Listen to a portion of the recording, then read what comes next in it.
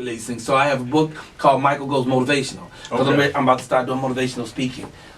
Nationwide. Okay. I mean, I already do it at schools, I do it at churches. Yeah. I have a prison program that I do. I'm on my 12th year of called Comics Go to Jail.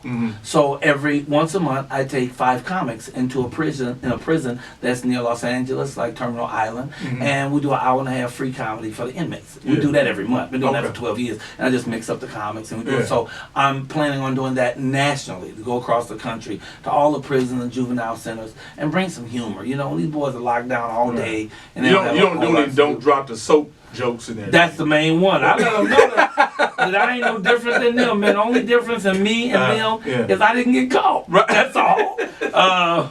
So yeah, you know, but if we can get them to laugh, we can get people to laugh, then they heal. People laugh, that open their hearts, man. They can heal, they can do things. And I have people over the years who've come to me and reminded me that they saw me while they were in prison. Wow. Hey, Michael, do you remember me? I said, no, I don't remember you.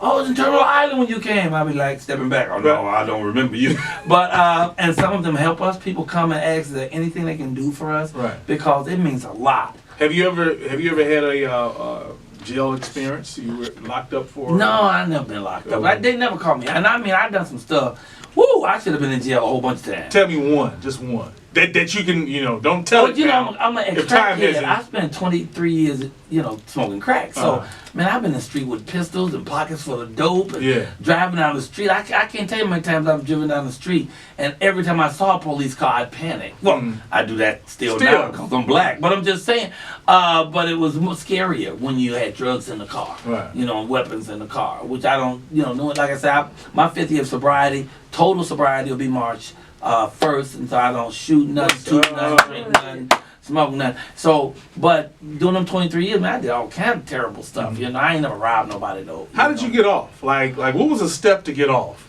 Talking to God, praying to God, keeping God first. I started by asking God to make me sick. I would say, God, just make me ill. If I even think about getting high, make me ill. So I got to a point where if I would think about getting high, my stomach would start churning. Like I don't know if you ever had the pleasure of cocaine, but there's a thing called cocaine gas that you get when you just start thinking about it, and all of a sudden you start pooting and your stomach start churning. I would do that if I just thought about it. I couldn't even drive. When I was doing this prayer, I couldn't even drive past the areas I used to pick dope up in without getting ill. My stomach will start. And that's because this is very, very interesting. I'm glad you brought this up because a lot of times people they say, well, just talk to God. But yes, talk to God and talk to God sincerely. And you say that God make me sick, right? So that I won't have it.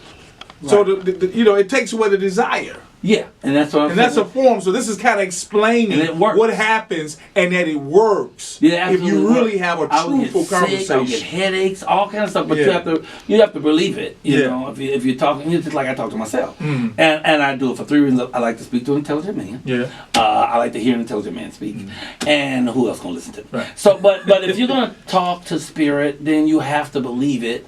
And if you embrace it, then it works for you. Because there is a thing that created everything from nothingness. So we can call it God or Allah or Yahoo or Yahweh or Bob or whatever. But there is something that's greater than us that created everything from nothingness, and it did it in the name of love. Yeah. So it's here to nourish you, to love you, to help you be a better you. But at the same token, it allows you to be you. That entity is not making you do anything you want to do. You do what you want to do. You live with the circumstances of that, the consequences of that. But spirit is here to nurture you and to give you everything you really want. That's why they say be careful what you ask for, because you get it. That's how come we have to remember that words are things.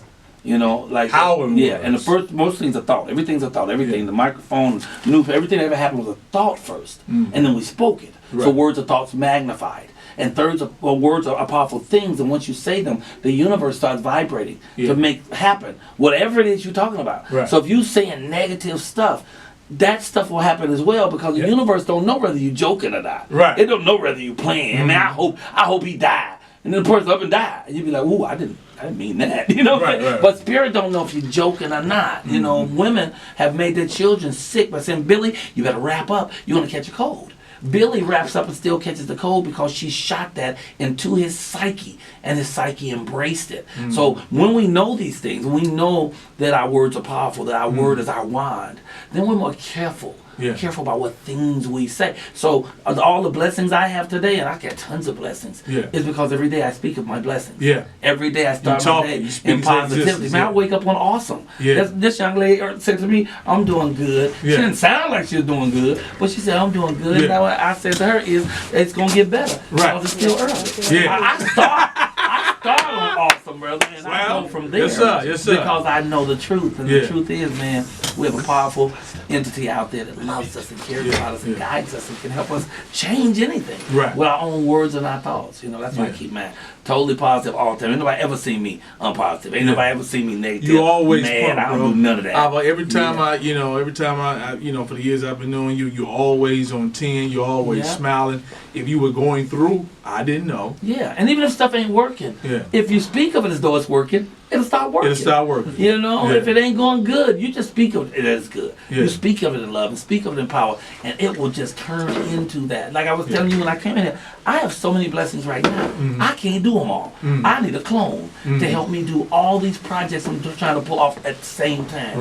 You know, so I'm blessed. I'm happy. I'm thrilled. I get up in the morning. The first thing I do is I pray. Well, I brush my teeth first because I don't want to talk to God with a dirty mouth. But after that, I do my prayer. My prayer is not about asking or begging for anything. God already wants me to have what I want to have. What I do is I pray thankfully. I pray gratitude. I'm grateful for everything. A worship prayer. Thank you, Lord, for just letting me be here. Do this show again. You let me come in, man. I love you. One of my favorites. The improv. You know what? And that's a setup for disaster, all that. That's right. That's a setup for disaster. Setup for disaster. I wake up and I go, man, I can't. I wish I didn't wake up this morning. See what I'm saying? And then you get your wish too the rest of the day.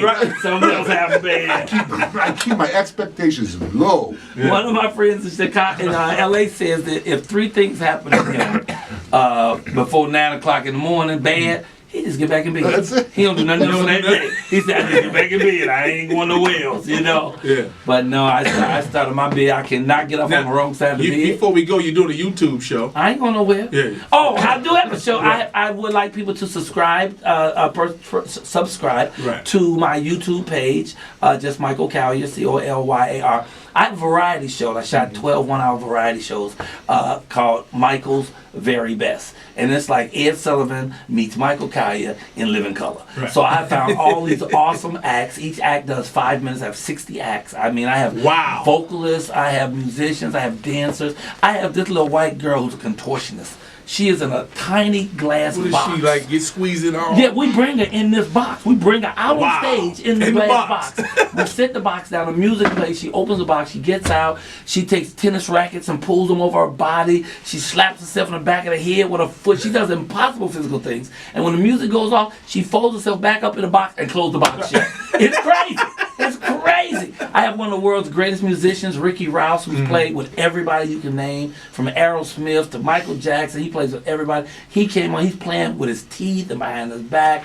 I have spoken word artists. So all these artists I have now, it runs on Pasadena television. Every Saturday night there's a new show at 10 p.m. And they say you can get it streaming, but they got the cheapest stream in the world. They must pay $18 for their streaming because you can't see it streaming. No, you have to be in Pasadena. You damn near got to be parked in front of the Pasadena Media Center to pick it up there. So what I'm doing is I'm uploading 2 of the acts every Sunday. So it's my show that I have on YouTube. So every week, and matter of fact, this next Sunday, not the Sunday coming because I'm here, but no, this Sunday coming, I'm uploading the one with the girl in the glass box. So all you have to do is tune into my YouTube page. And there's a lot of stuff on my YouTube page. I was in England, in Nottingham, England, with Chris Rock. And just him and I, one-on-one, this about 5 years ago, was sitting backstage just talking about comedy theory. 20 minutes, just me and Chris Rock. And he hadn't been to Africa yet, so I was telling him about Africa. He's about to go and do his tour. So all of these different shows are on my YouTube page. Folks can get everything on mine by going, everything on me by going to my webpage, which is The Real Michael Colyar. Who is the fake Michael Colyar? Have you met him? He walks with a gift, got a patch on his left eye, but he's funny. He's funny. All his comedy is stock jokes, but he's funny. And so that's the real Michael Colyar. Or you can email me at comicking123@aol.com.